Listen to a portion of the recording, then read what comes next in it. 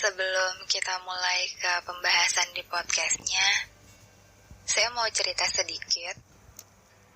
Saya waktu bikin naskah ini sampai bingung gitu, mau mulai dari mana, mau bahas bagian mana. Jadi beberapa hari kemarin, saya dapat DM gitu di Instagram, meminta saya untuk bahas soal move on.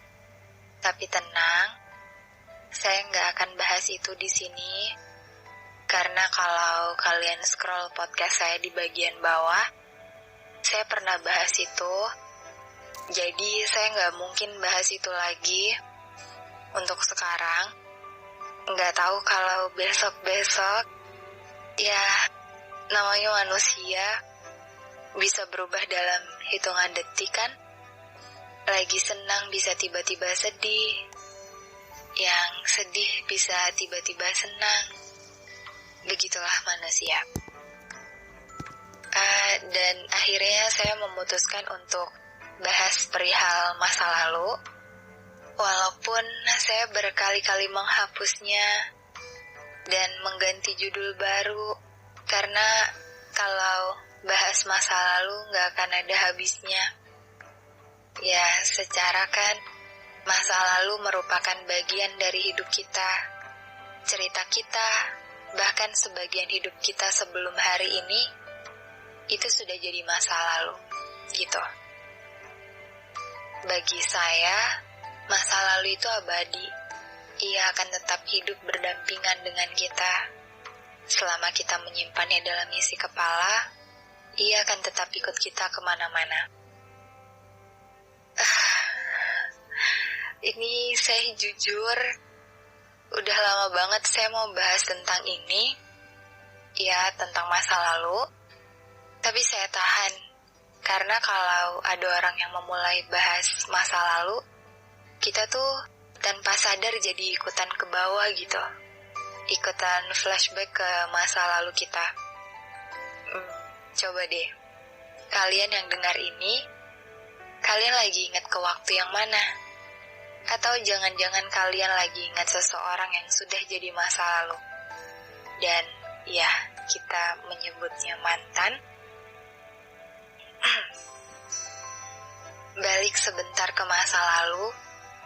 Balik ke masa itu, masa yang menyenangkan sekaligus menyakitkan. Segimana bentuknya masa lalu itu, semengecewakan apapun, semenyakitkan apapun, semenyenangkan apapun, bahkan kalau kita ingat lagi, bisa buat kita senyum-senyum sendiri. Oke, serius. Itu sebabnya saya maju mundur untuk bahas ini. But it's okay. Balik lagi ke yang tadi saya udah bilang, bahwa masa lalu itu banyak bentuknya. Bisa dalam bentuk cerita, hidup, pengalaman. Ada yang menjadi pelindung tapi tidak dipedulikan. Ada yang memberi dukungan tapi diacuhkan. Ada yang memberi kekuatan tapi tidak terlihat. Ada yang dianggap rumah tapi meninggalkan. Terlebih sama orang atau seseorang yang familiar dengan sebutan mantan. Mau kisahnya seperti apa? Yang namanya masa lalu, ya masa lalu. Dan masa lalu itu milik kita.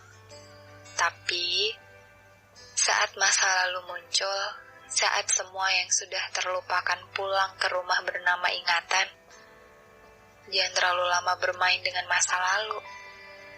Kita harus membuat batas, sejauh mana kita flashback tanpa membuatnya melambung ke atas. Nggak apa-apa sih kalau kita sekadar mengingat. Lagian kita nggak bisa mengontrol masa lalu, bahkan memberinya instruksi untuk nggak muncul tiba-tiba. Tapi jangan berlama-lama berada di situ. Jangan sampai terjebak di ruang hampa dengan labirin yang kita buat sendiri. Karena waktu nggak akan nunggu. Kondisi saat kenangan itu muncul satu persatu. Kita seperti diberi instruksi untuk senyum, ketawa, menangis, terluka lagi, bahkan ada keinginan untuk mengulang hal itu. Entah untuk memperbaikinya atau membiarkannya begitu saja. Itu sebabnya kenapa saya maju mundur untuk bahas masa lalu. Karena saya nggak tahu masa lalu apa yang pernah kalian alami. Tapi di sini saya mau mengajak kalian untuk belajar memaafkan masa lalu dan menerima sebuah kepulangan. Kepulangan kenangan ke rumah bernama ingatan. Makanya saya selalu kagum sama seseorang yang gak pernah mengusik atau bahkan sekadar mention masa lalu pasangannya, apalagi soal mantannya. Kenapa? Karena masa lalunya itu miliknya. Seseorang yang seperti itu bisa menghargai waktu dan dirinya sendiri. Mungkin untuk sebagian orang, masa lalu orang terdekatnya adalah hal penting yang harus dia tahu. Dengan alasan agar tidak mengulang kesalahan yang sama atau kisah yang sama. Tapi itu gak salah. Setiap orang berhak atas pemikiran atau punya sudut pandang gitu. Tapi buat saya pribadi, itu gak penting. Masa lalu seseorang yang dekat dengan saya gak perlu saya tahu ceritanya. Apalagi soal mantannya. Karena itu milik dia. Kalaupun suatu hari dia mau menceritakan, ya gak apa-apa. Saya akan terima kepercayaannya. Berarti dia siap untuk melangkah lebih serius. Tapi jika harus selamanya menjadi rahasia, itu juga gak apa-apa. Karena yang terpenting dia ada di dekat saya, di masa sekarang. Jika perjalanannya tepat, maka balik ke masa lalu tidak akan sempat. Karena saya pikir akan buang-buang waktu dengan menyakiti satu sama lain, karena bercerita soal seseorang yang ada di masa lalunya. Dan di masa lalu saya gitu. Bahayanya, kita bisa tiba-tiba membenci seseorang yang bahkan kita gak pernah tahu dia seperti apa. Kita cuma dengar ceritanya. Kenal aja enggak, tapi bisa seenggak nyaman itu sama orang lain. Bahaya. Sebab penyakit yang paling bahaya itu adalah penyakit hati. Bisa perlahan membunuh hidup kita. Kalau dipikir-pikir, nggak semua orang bisa dengan mudah menerima masa lalunya sendiri. Nggak kebayang gimana mau nerima masa lalu orang lain kalau masa lalu sendiri selalu kita benci. Padahal kita akan membutuhkan kita. Sebelum melangkah jauh untuk masa lalu orang lain, menerima dan memaafkan masa lalu kita adalah jalan utama yang harus dilalui. Semua orang punya masa lalu, yang indah, yang buruk, yang susah buat dilupain. Tapi itu hanya masa lalu. Untuk kembali ke masa lalu itu fana. Seperti kata Mas Aan Mansur, masa lalu itu seperti langit, tidak bisa kita singkirkan, tidak bisa kita sangkarkan.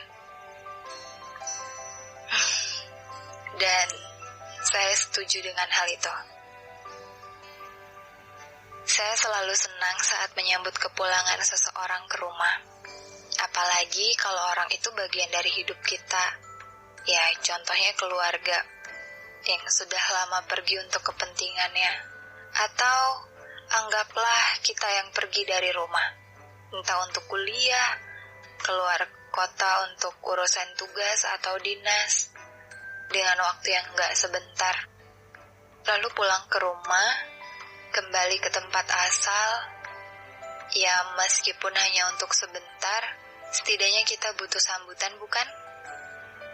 Dari situ saya yakin kepulangan itu memerlukan penyambutan. Jika setiap kepulangan membutuhkan sedikit perayaan, bagaimana jika kenangan yang pulang ke rumah bernama ingatan? Dan bagaimana jika saat kenangan pulang ke rumah, lalu menemukan kita tidak menyambutnya dengan baik? tidak menerimanya sebagai masa lalu yang pernah kita lalui. Bisa sesedih apa kenangan, tidak diterima bahkan belum dimaafkan.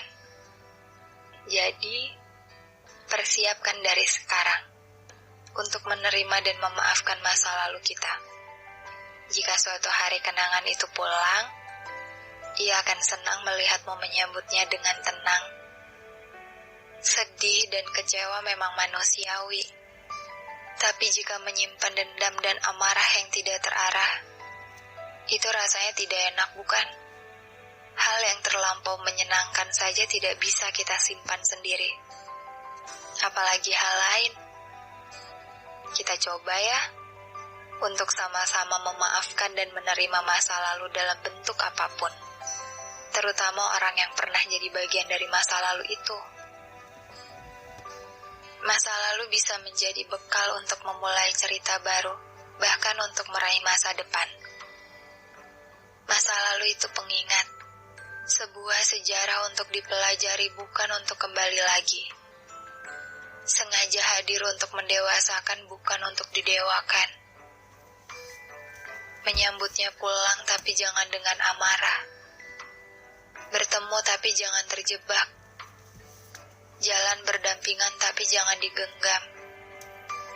Menerima dan memaafkan adalah pilihan baik daripada melupakan. Sebab tidak ada yang benar-benar berhasil pada prosesnya. Jika hidup membutuhkan rasa nyaman, setidaknya ketenangan akan hadir setelah memaafkan. Tidak usah senang, yang penting tenang.